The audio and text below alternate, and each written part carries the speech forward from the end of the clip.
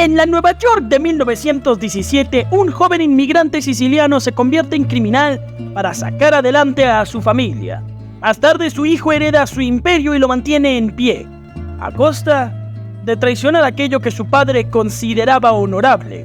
Con su compleja estructura y sus interpretaciones de órdago, encabezadas por Al Pacino y Robert De Niro, El Padrino Parte 2 prolongó la saga de los Corleone de manera deslumbrante, siendo aclamada aún hoy como una de las mejores secuelas de la historia.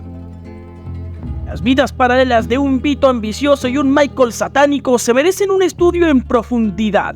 Nosotros te lo ofrecemos aquí tras haber indagado en los asuntos de la familia con grave riesgo para nuestra vida. Recuerda, todo lo que vas a leer son asuntos de negocios, nada personal. El éxito de El Padrino en 1972 había cogido a todo el mundo por sorpresa, empezando por un Coppola que pasó las de Caín rodándola. Así pues, tras hincharse a millones gracias a la recaudación de la película, encontró una forma de prolongar la historia. Adaptando la novela original de Mario Puzo, Coppola había dejado fuera muchos capítulos sobre el ascenso de Don Vito Corleone dentro de la mafia. Asimismo, su guión original para El Padrino había estado lleno de flashbacks y saltos temporales que no llegaron a la pantalla, de modo que narrando en paralelo las andanzas del Padrino original y de Michael, podía poner en práctica esa idea. Siempre había querido escribir un guión que narrase las historias de un padre y un hijo cuando tenían la misma edad, comentó. Por entonces, Coppola estaba dispuesto a escribir el guión de El Padrino, parte 2, pero no a dirigir la película. En parte esto se debía a razones de prestigios. Los grandes directores no rodaban secuelas de sus propias películas, explicó a posteriori el productor Fred Roos. Y en parte que el rodaje de El Padrino había sido un puro sufrir para él. Así pues, el director tenía pensado a alguien para relevarle en la silla de tijera, un prometedor amigo suyo llamado Martin Scorsese. Por suerte o por desgracia, Paramount pensó que aquel jovenzuelo de Little Italy no daba la talla para el proyecto. A causa de esa desconfianza, todos salimos ganando, porque en 1974 Scorsese estrenó Alicia ya no vive aquí, una de sus primeras obras maestras. Por supuesto, Coppola no iba a aceptar sin más el encargo del Padrino parte 2 para hacerse cargo del trabajo, exigiendo 4 cosas. La primera de las cuales fue que su odiado productor, Robert Evans, no participara en el proyecto. Asimismo, el director reclamó presupuesto para rodar La Conversación, una de sus mejores películas, también estrenada en el 74, dirigir una producción de la Ópera de San Francisco, su elección siendo La Visita de la Vieja Dama, basada en la obra de Friedrich Dürrenmatt, y escribir el guión del Gran Gatsby, la adaptación de la novela de Scott Fitzgerald dirigida por Jack Clayton con Mia Farrow y Robert Redford, y que la verdad tampoco fue nada del otro jueves. Ludópata empedernido, Mario Puzo había escrito El Padrino para pagar sus deudas de juego, y a la hora de escribir la secuela, Coppola decidió explotar esa debilidad suya. Coppola y Mario se iban a un hotel en Reno o en algún otro sitio donde hubiera casinos, recuerda Fred Roos. Trabajaban durante 2 o 3 horas en el guión y después se tiraban un par de horas jugando. Era como un premio que se daban por haber trabajado duro.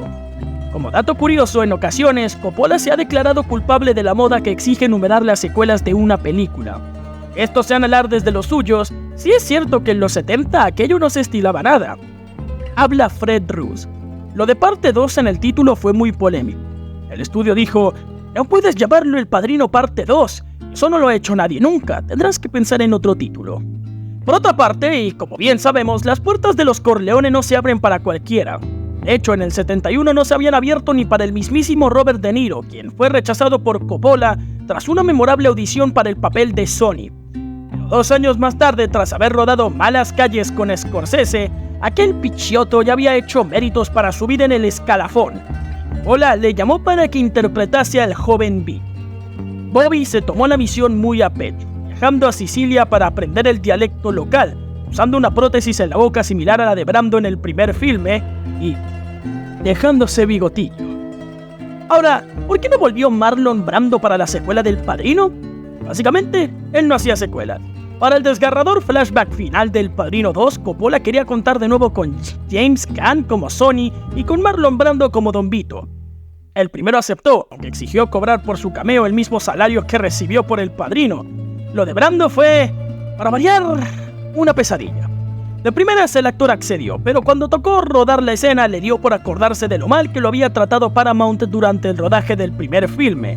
Así pues, Brando ni siquiera hizo acto de presencia en el plató, obligando a Coppola a escribir de nuevo la escena y rodarla al día siguiente. Seamos sinceros, la escena quedó igual de perfecta sin él en el plano.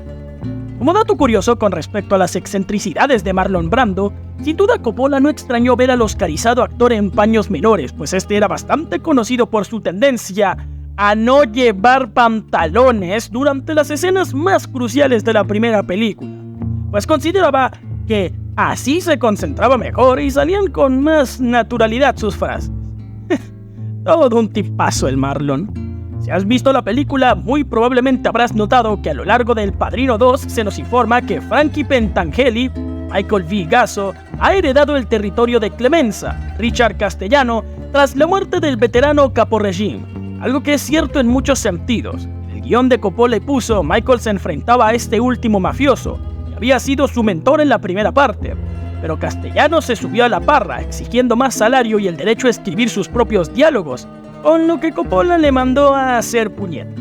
Pentangeli y Clemenza, no obstante, tienen muchos puntos en común, como su humor socarrón, físico rechoncho y esa afición por los libros de historia que tan decisiva se muestra al final. Entre otro dato curioso, tenemos que, megalómano como siempre, Coppola echó el resto rodando las escenas sobre la juventud de Vito en Little Italy, y su meticulosidad tuvo efectos inesperados. Cuando un diseñador de vestuario comentó que los pantalones con cremallera no eran históricos. A principios del siglo XX las partes nobles de la ropa de caballero se aseguraban mediante botones, Coppola volvió a rodar varias escenas para corregir ese error. Por otra parte, Hyman Roth, ese veterano gángster judío con el que Michael hace negocios en El Padrino 2, está bastante más basado en Meyer Lansky, un histórico del crimen organizado en Estados Unidos. Tras dar vida a este veterano profesional, el actor y maestro de actores Lee Strasberg se llevó un susto de muerte cuando el propio Lansky le llamó a su casa. «Podría usted haberme hecho quedar más simpático», se quejó el gángster. «Después de todo, soy un abuelete». Si has visto con anterioridad nuestro video del detrás de cámaras del Padrino 1, sabrás muy bien que debido a las presiones del capo Joe Colombo, Coppola no pudo usar las palabras mafia ni cosa nostra en El Padrino. Pero a la altura de la secuela, los verdaderos wise guys no estaban por la labor de hacerle la puñeta, cosa que el director aprovechó a fondo. Durante las escenas de la investigación contra Michael, los términos en cuestión suenan varias veces, unas en boca del propio Al Pacino. Por cierto, aprovechamos este momento para agradecerte por la buena recepción que tuvo el primer video sobre El Padrino. En caso de que no lo hayas visto antes, te lo dejo arriba de la descripción para que le eches un vistazo cuanto antes. Por cierto, el capo Corman hace un cameo. Como tantos otros directores de su generación, Coppola había comenzado su carrera trabajando para Roger Corman, el viejo pirata de la serie B, de modo que contó con él en El Padrino 2 como uno de los senadores presentes en la investigación contra Michael. Sus compañeros en la tribuna también fueron hombres ilustres de Hollywood, el productor Phil Feldman, Grupo Salvaje, y los guionistas William Bowers y Richard Mason, el increíble hombre menguante, el péndulo de la muerte. ¿Sabes? ¿Se trataba de un capo de la droga? En realidad, no. Así que en su momento era un verdadero capo del cine de Hollywood. Y como último dato, una película de Coppola sin desfases de tiempo y presupuesto. ¡Qué chiste más bueno! Rodada en Italia, Nueva York, la República Dominicana y Nevada, El Padrino 2 fue una trituradora de billetes, cosa que estresó de lo lindo a los jefazos de Paramount. Red Roos recuerda haber recibido llamadas de ejecutivos al borde de un ataque de nervios, exclamando cosas como: «Vais 2 semanas por detrás del plan de rodaje y os habéis pasado 2 millones del presupuesto. ¿No puedes parar a ese hombre?». Esto ha sido todo por hoy.